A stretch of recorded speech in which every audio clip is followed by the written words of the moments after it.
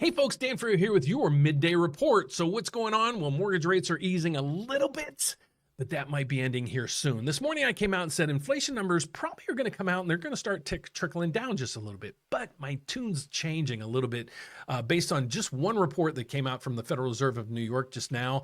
And the data in there is going to be, well, it's informative, but it's probably going to tick you off as well. I'm going to get to that in a second. Then at the end of this video, I'm going to actually give the Biden administration some kudos, some good things that they're doing right now with airfares. Believe it or not, yes, airfares, and don't go away. It's kind of amusing. And also what they're doing with bank late fees. I've loved those two pieces of the equation. But without further ado, let's get over to the economic news that we have right now. So the MBS market's staying steady. Basically, right now we're up 10 ticks. All you need to know is if you're trying to figure out what the heck's going on with mortgage rates, watch mortgage bonds. Okay, that's what this is right here, the MBS market. All you need to know is here's the price of the bond and the reaction it has for the day. So what this is it's when you see the uptick, that's the uptick in the bond price, not yields or not interest rates. So this actually has an inverse relationship. As the price of a bond goes up, the yields, or your mortgage rates in this case, come down. So we're seeing a little bit of a reprieve, like I said, with mortgage rates right now. They're down 4 ticks. So that might be kind of short-lived. Why? Well, the inflation outlook rises, fueled by expected increases for housing costs. That's a survey from the New York Fed. So let's break down their data. It says the inflation outlook increased across the 1 and 5 year time horizon as respondents expressed little confidence the Federal Reserve will reach its 2% mandate or goal by the end of the year or anytime soon. Okay, so that's one piece of the puzzle. Let's see where these numbers are coming from. Okay, respondents to the central bank survey indicated the expected median home price to grow by 3.3% over the next year, highest reading since 2022. Now, I know a lot of you guys are saying prices have peaked, prices are down, prices are doing this, prices are doing. You can pull up any survey to kind of use your defend your position. So let me just show you. If you go through here, here's the historic prices of homes. Okay, you can see there was a little dip right through here, June of 2022. It went down. So it was what's the number right there? Let me put my glasses on. I'm an old fella. So that number was, the peak was 383. Where are we right now? 397. So that shows an uptick since then. The S&P Case-Shiller Index, you can see right through here. It peaked out right through here. And then we went down and then we're back up and we're exceeding that.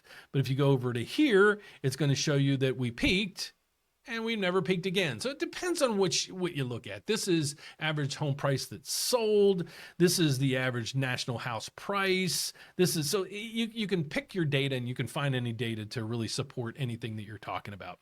So let's go through the last piece of this equation. This is the area that if it pisses you off, give me a 1. Give me a 1 down there, down at the bottom. Just click 1. If you agree, you think, okay, this is fine. We'll just forgive it all and do whatever. You'll see what I mean in a second. Give me a 2. If you totally disagree with what I'm saying.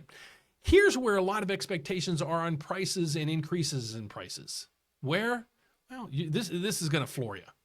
College education. Now, this isn't me, I didn't type this in here. This is from CNBC. College education costs are expected to increase by 9%. 9%. Okay, in a year's time. It just increased 2.5% over the last month. Okay, so then you're thinking, okay, well, nobody has to pay anyway. So if I'm a college, well, I'm just passing this on to the taxpayer anyway. So let's just keep raising our prices. Okay, why wouldn't you? All right, President Biden was out recently saying, shame on you companies that aren't reducing your prices. You're gouging people out there. You're gouging them. But then you have the college tuitions up 9% within a year.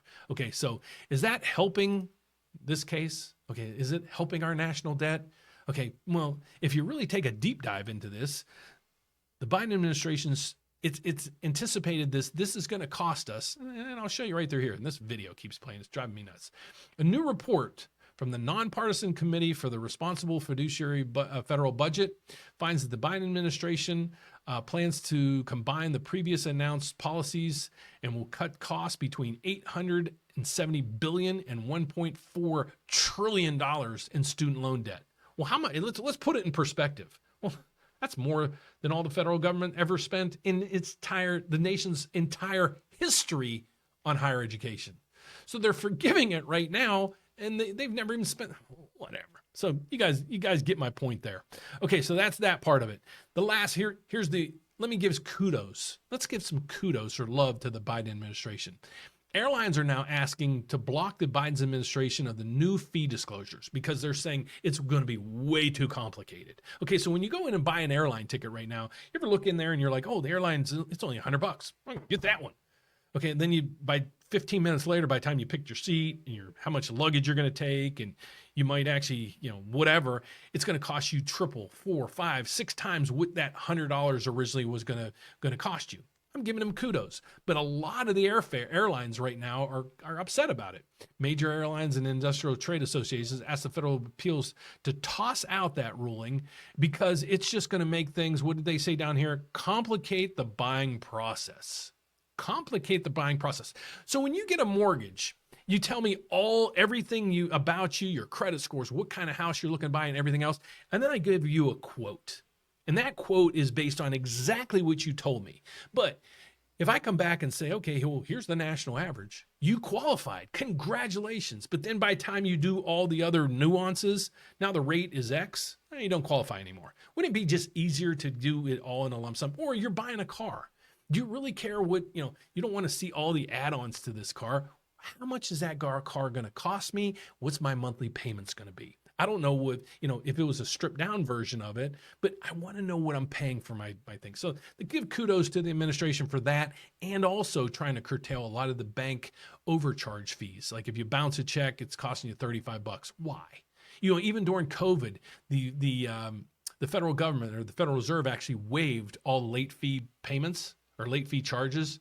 The banks didn't. They just kept all that money. So I'm giving kudos for the Biden administration on those two things, and I'll try to think of some more things. So that's my report for today, guys. But please give me a thumbs up if you agree with me on the student loan debt, where it should not be forgiven, especially in these events we have right now, or how much it's going to cost us. If you completely disagree with me, give me a thumbs down. You don't have to write a whole dissertation. Just let me know where you feel with that. So that's it for today, guys. Thanks so much for watching. I'll see you here tomorrow. Bye-bye.